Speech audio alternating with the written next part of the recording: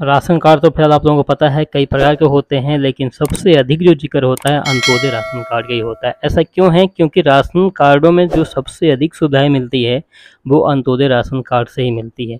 तो आज की वीडियो में हम यही जानने का प्रयास करेंगे कि अंत्योदय राशन कार्ड कब जारी हुआ था, अंत्योदय राशन कार्ड जारी करने का उद्देश्य क्या था, अंत्योदय राशन कार्ड धारक की पात्रता क्या होनी चाहिए। ठीक है, और शहरी और ग्रामीण, यहाँ पे ध्यान दीजिएगा, शहरी और ग्रामीण क्षेत्रों में पात्रता अलग अलग है सेम, लेकिन शहरी और ग्रामीण के हिसाब से अलग अलग कर दिया गया है। अंत्योदय राशन कार्ड के लिए जब आवेदन करेंगे इसमें जो मुख्य दस्तावेज हैं वो कौन कौन से होंगे, और अंत्योदय राशन कार्ड धारक को अनाज कितना मिलता है, इन सभी सवालों का जवाब आपको इस वीडियो में मिलने वाला है। बस आप वीडियो के अंत तक बने रहिएगा। साथ ही बस रिक्वेस्ट करूँगा, अगर चैनल पर नए हैं चैनल को सब्सक्राइब कीजिएगा, बेल नोटिफिकेशन ऑन जरूर कीजिए, जब भी हम कोई वीडियो अपलोड करें उसका नोटिफिकेशन सबसे पहले आप तक पहुँचे, आप उस वीडियो को सबसे पहले देख सकें। तो दोस्तों, सबसे पहला जो सवाल है, अंत्योदय राशन कार्ड कब जारी हुआ।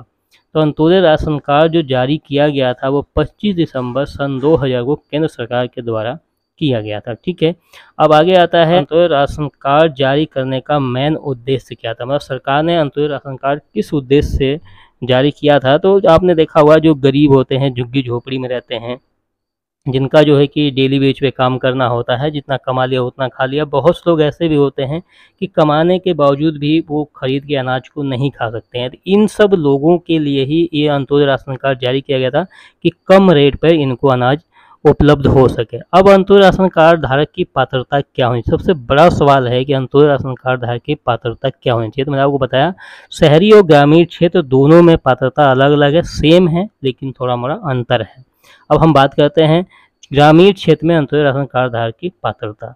तो सबसे पहले जो पात्रता है वो 15,000 रुपये की वार्षिक आय होनी चाहिए। जबकि आप समझ रहे हैं 15,000 रुपये की वार्षिक आय आजकल लोगों की नहीं है, लेकिन फिर भी बहुत से ऐसे लोग हैं जिनकी 15,000 रुपये ही वार्षिक आय है।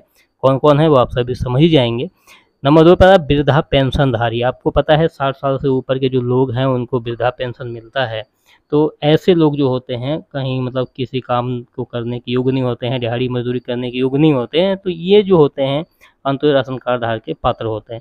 छोटे और सीमांत किसान, जो छोटे किसान होते हैं, जिनके पास में जो खेती होती है उससे सही से अनाज नहीं उग सकता है, उतना अनाज नहीं उग पाएगा जिससे कि वो अपने परिवार को पाल सकें, तो ये भी लोग इसके पात्र होते हैं। फिर भूमिहीन, फिर होता है नंबर 4 पे है भूमिहीन खेतीहर। आपको पता है कि भूमिहीन जो खेतीहर, जिनके पास भूमि ही नहीं है तो वो फसल कहाँ से उगाएंगे। नंबर 4 पे ये इसके पात्र हुए।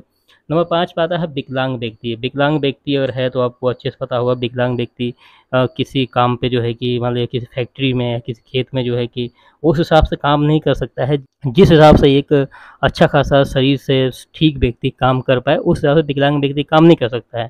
तो ये जो है नंबर 5 पे ये इसके पात्र होते हैं। नंबर 6 पे विधवा। विधवा अगर स्त्री है तो आपको पता ही है, विधवा स्त्री है, आप उनके आगे पीछे कोई कमाने वाला नहीं है, तो ये इसकी जो है कि पात्र होती हैं। नंबर 7 पे आता है ग्रामीण कारीगर या शिल्पकार, जैसे कुम्हार हो गया, बुनकर हो गया, बढ़ई हो गया, झुग्गीवासी हो गया।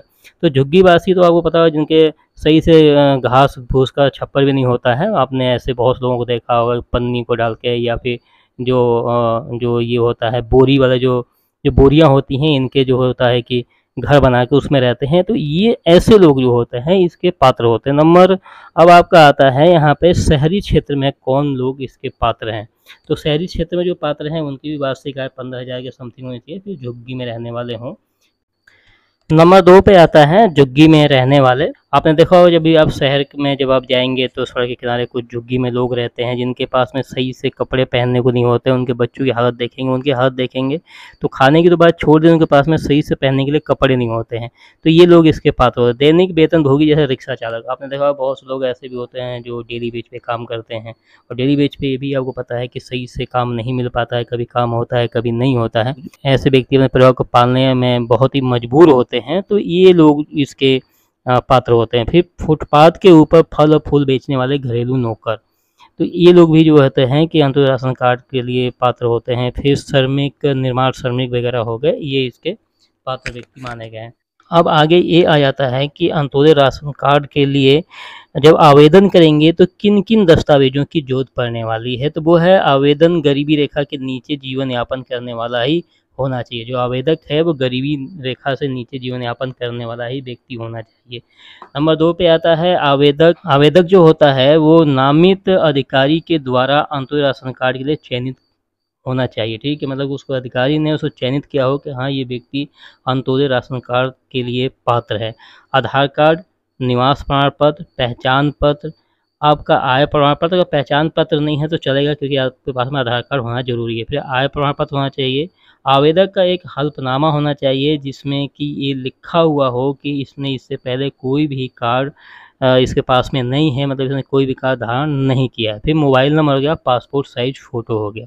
अगर आप इस चीज़ के पात्र हैं तो इन सभी दस्तावेज़ों को लेकर के आपको आवेदन करना होगा। जब आप आवेदन करेंगे तो आपका अंत्योदय राशन कार्ड आपके पास में आ जाएगा। अब यहाँ पे ये आता है, अंत्योदय राशन कार्ड जारी हो गया, आप पात्र भी थे, आपने आवेदन भी किया और अंत्योदय राशन कार्ड जो है कि जारी हो गया। तो अंत्योदय राशन कार्ड जब जारी हुआ तो उसमें अनाज कितना मिलता है, तो उसमें 35 किलो अनाज मिलता है, जिसमें 20 किलो गेहूँ और 15 किलो चावल। इसमें गेहूँ का रेट होता है 2 रुपये प्रति किलो और चावल का रेट होता है 3 रुपये प्रति किलो।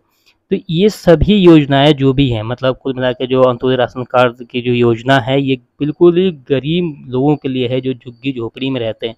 अब आप समझ सकते हैं झुग्गी झोपड़ी में जो लोग रहते हैं वो किस पोजीशन में रहते होंगे। तो ये सुविधा सिर्फ उन लोगों के लिए ही है। बाकी इसमें मैंने आपको सभी चीज़ बताया कि अंत्योदय राशन कार्ड जारी कब हुआ, अंत्योदय राशन कार्ड जारी करने का उद्देश्य क्या था, इसकी पात्रता शहरी और ग्रामीण में क्या क्या होनी चाहिए, अंत्योदय राशन कार्ड जब आवेदन करेंगे किन किन दस्तावेजों की जरूरत पड़ने वाली है और कितना अनाज मिलता है और कितने रुपए किलो मिलता है, सभी चीज़ें शायद आपके समझ में आ चुकी होंगी। अगर वीडियो आपको अच्छी लगे तो वीडियो को लाइक कीजिएगा, साथ ही चैनल को सब्सक्राइब कीजिएगा। मिलेंगे नेक्स्ट वीडियो में किसी बेहतरीन टॉपिक के साथ, तब तक के लिए जय हिंद, जय भारत।